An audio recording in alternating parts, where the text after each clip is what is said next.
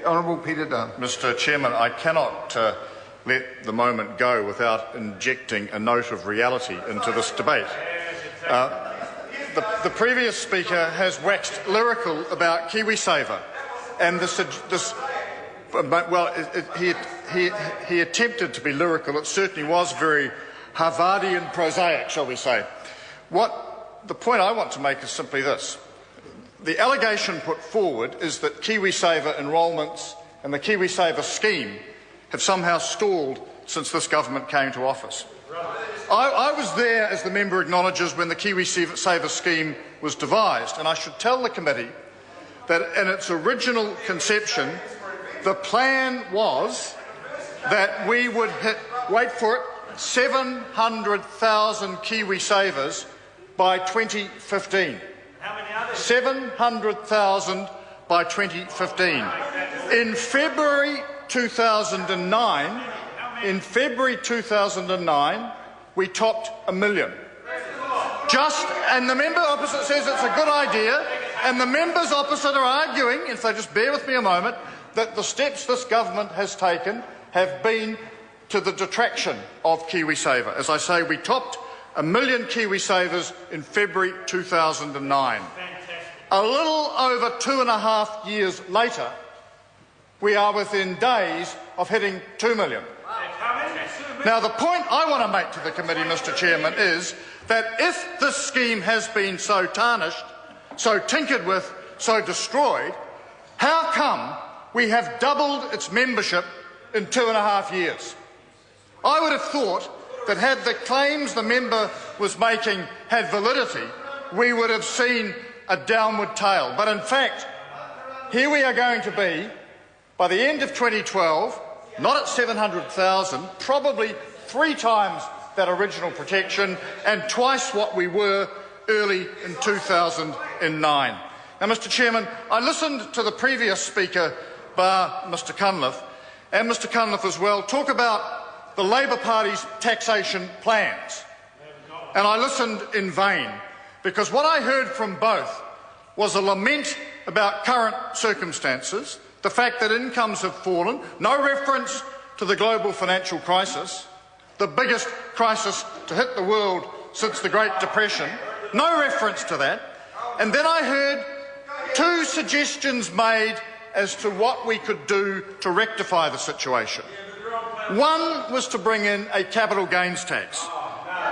That was rejected by the electorate last year. It's been rejected by the electorate every time a political party has campaigned on it at every election over the last 30, 40 years. And, Mr Chairman, it was also rejected substantially by the Tax Working Group in its work in 2009-10. But the Labour Party clings to it, and when it realises it won't work, it then falls back on the claim that the only reason we don't have it is because the IRD's computer won't let us design one. Mr Chairman, the reality is we are about to embark on the biggest redesign of our technology since the introduction of the first system in 1991, and we'll be making announcements about that and the scope of it a little later in the year. So, Mr Chairman, we're left with this: a lament from the opposition about the annual tax rates, a failed plea that the overall solution lies in a capital gains tax, and then Dr Clark made the point that low-income people and middle-income people had been the big losers from the 2010 tax changes. Mr Chairman, in fact, the bulk of the expenditure on those tax changes in 2010 were on changes to the bottom 2 steps, and I don't think the Labour Party opposes the reduction in the bottom 2 steps of taxation, which was where the bulk of the spending occurred. So what we come down to is this: the one thing that they have not said tonight, and that is that their bold new plan is to put the top tax rate back up. And what happened the last time they did that, in 1999, was we saw a massive explosion in the number of trusts.